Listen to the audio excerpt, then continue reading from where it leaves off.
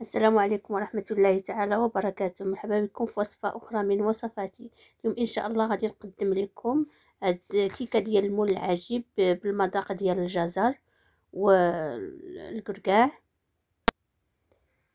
نتمنى أنكم تجربوها. عندي في المقادير 3 البيضات، كاس ديال السكر سنيدة، نصف كأس من الماء، وكاس الا ربع ديال الزيت المائدة، ملعقة صغيرة من الزنجبيل وملعقة صغيرة من القرفة، 2 ساشيات ديال الكاكاو، 2 ساشيات ديال الخميرة الكيماوية بما يعادل 14 غرام، وغادي نحتاجو 250 غرام ديال الدقيق، هنايا 2 ززرات محكوكين، والقليل من القرقاع على حسب المستطاع، وملعقة ديال الخل. ناخدو البول اللي غادي نخلطو فيه المقادير. كنوضعو 3 البيضات، كنضيفو القليل من الملح، ملعقة من الخل، كأس ديال السكر سنيدة بما يعادل 150 غرام. كنطربو،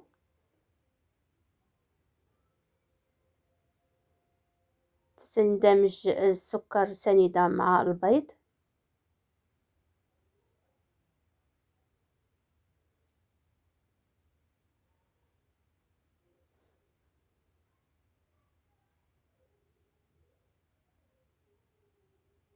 كنضيفو الزيت، كأس إلا ربع، هنا 2 جزرات محكوكين بالحكاكة الرقيقة، ونصف كأس من الماء. كنزيدو 2 ساشيات ديال الكاكاو أو 2 معالق ديال الكاكاو، نخلطو جيدا.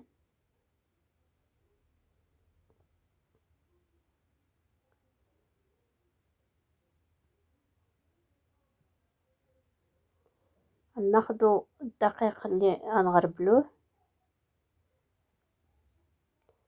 كنضيفو ليه الزنجبيل والقرفة والقرقاع، كنخلطو جيدا باش القرقاع ما كيهبطناش في القعر ديال المول، وكنضيفوه للخليط. هاد القرفة والزنجبيل كيعطيو مذاق رائع لهاد الكيكة هادي. نتمنى انكم تجربوها.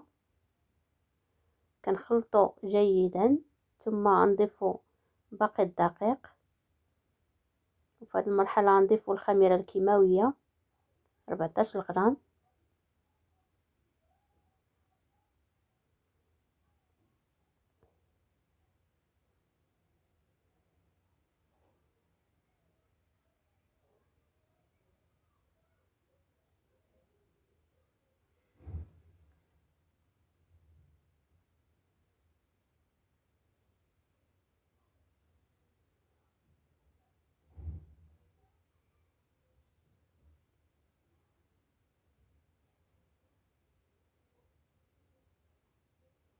نضيفو الكمية المتبقية من الدقيق،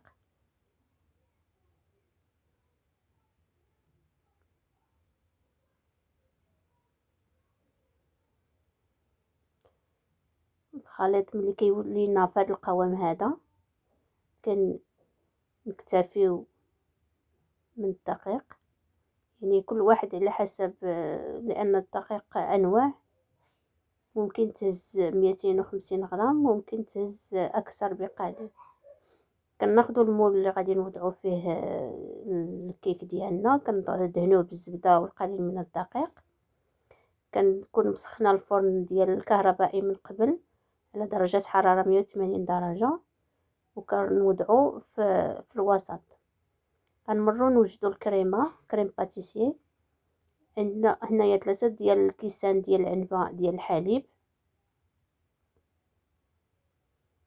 غنضيفو لها 3 معالق ديال السكر سنيده كبار، ثم 3 المعالق ديال الكريم باتيسيي مع مريش،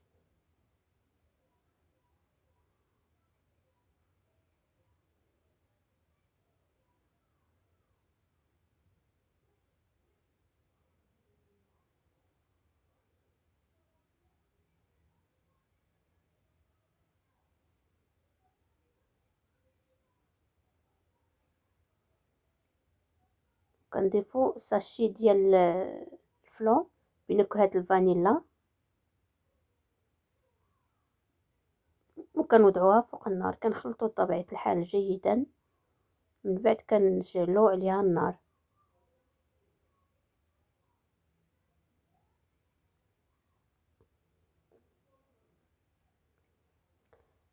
تنخلطوها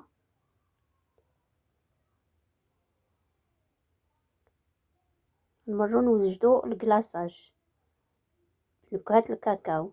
كنوضعو نصف كأس من الماء ونصف كأس من زيت المائدة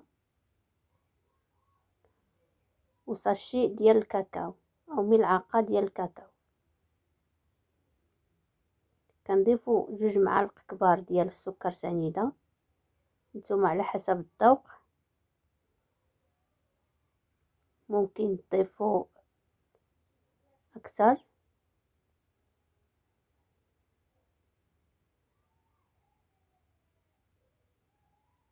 كنخلطو جيدا فوق النار حتى تنحسو بها بدات تتعقد. من بعد غادي نضيفو ليها شوكولا سوداء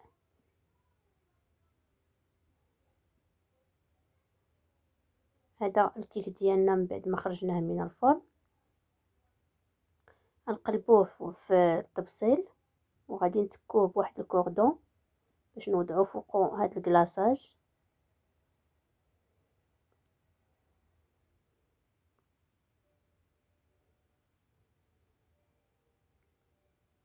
كنحاولوا ندهنوا الجوانب مزيان.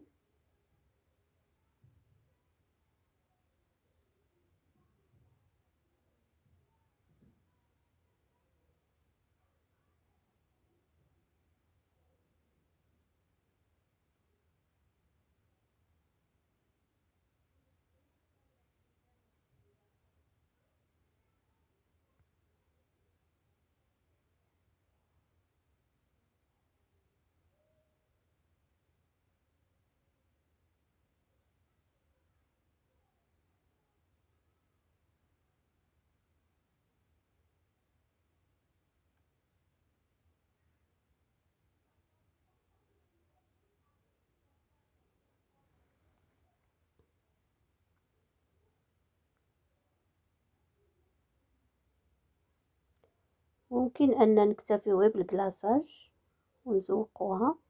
ممكن كنضيفوا الكريمه، كنضيفوا ليها الشوكولاته البيضاء وكنوضعوها فوق الكيك وهي مازال سخونه باش ما تعقدش لينا.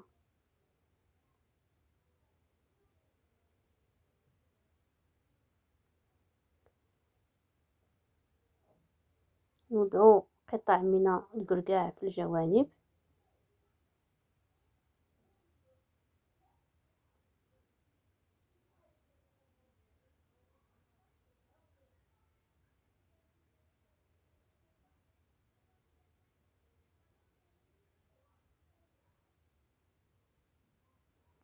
ممكن اننا نبشرو غير الجزر ونعسلوه ونزوقو فيه بين الجوانب، تيجي حتى هو مزيان، تيجي عاطي منظر رائع.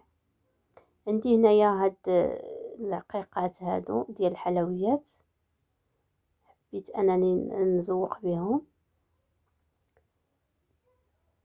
هاد الشكل الثاني كذلك.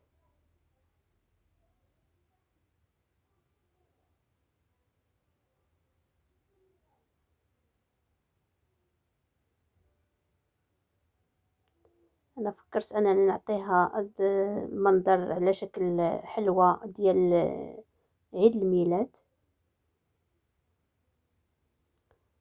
كتجي بحال هاد الشكل هذا. نتمنى انكم تجربوها. ما تنسوش الضغط على زر الاعجاب والاشتراك في القناة ديالي. مرحبا بكم مرة اخرى.